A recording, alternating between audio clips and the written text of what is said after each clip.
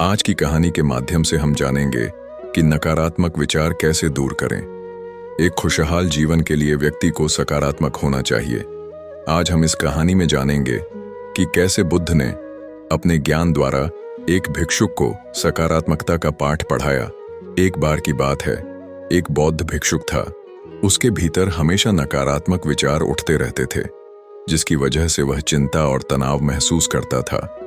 बौद्ध धर्म के सारे नियम तो वह अपना रहा था, लेकिन उसे यह भी पता चल रहा था कि यह सिर्फ बाहर से है, क्योंकि यदि वह बौद्ध धर्म में बताए गए नियमों को भीतर से अपनाता तो उसके अंदर यह नकारात्मक विचार आते ही नहीं। अब उसके नकारात्मक विचार इतनी बढ़ गए कि वह धीरे धीरे बौद्ध धर्म के बाहरी नियमों से भी दूर होता गया। अब भिक्षुक की चिंता और भी ज्यादा बढ़ गई, इसलिए उसने फैसला किया कि अब गौतम बुद्ध ही उसकी समस्या का समाधान कर सकते हैं। भिक्षुक गौतम बुद्ध के पास पहुंचा और कहने लगा, मुझे आपसे अपनी एक समस्या के विषय में बात करनी है, पर मुझे बताते हुए थोड़ा संकोच हो रहा है। बुद्ध बोले, संकोच किस बात का शिष्य, उसकी तो यहां कोई जगह नहीं है। भिक्षुक बोला, मेरे भीतर नकारात्मक विचार बढ़ गए हैं। पहले यह विचार मन के भीतर थे, लेकिन अब यह बाहर भी दिखने लगे हैं।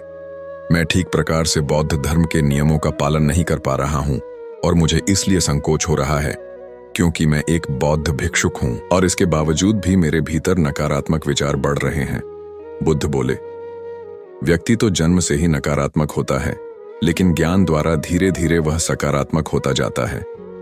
भिक्षुक बोला, मैंने तो यहां रहकर पूरी बौद्ध शिक्षा प्राप्त की है, लेकिन उसके बावजूद भी नकारात्मक विचार जाते ही नहीं। आप मुझे बताइए कि मैं किस प्रकार इसे दूर करूं। बुद्ध बोले, मैं तुम्हें एक कहानी के माध्यम से बताता हूं। एक बार एक व्यक्ति जंगल से जा रहा था। जंगल बड़ा सुनसान था, इसकी वजह से उसके भीतर पहले से ही डर उत्पन्न हो गया था। चलते चलते उसे एक सांप दिखा। वह घबराकर भागने लगा। वह 2 कदम ही भाग पाया कि उसका पैर एक पत्थर से टकराया और वह गिर गया। वह बुरी तरीके से घायल हो चुका था। उसके पास साहस नहीं था कि वह उठ सके। उसको लगा अब तो वह मरने ही वाला है। कुछ देर रुककर जब उसने पीछे की तरफ देखा तो सांप के आकार की एक लकड़ी थी। लकड़ी को देखते ही उसकी जान में जान आई। वह सोचने लगा, मैं कितना बड़ा मूर्ख हूं। इस लकड़ी को सांप समझ रहा था। पल भर में ही उस व्यक्ति का डर छूमंतर हो गया और इस तरह कहानी समाप्त हो गई। बुद्ध बोले, तुम्हारे भीतर भी डर है, कुछ छिन जाने का, कुछ पाने खोने का, और इसी डर के कारण तुम्हें चिंता और तनाव हो जाता है, और इन सब के पीछे नकारात्मकता अपने आप ही चली आती है।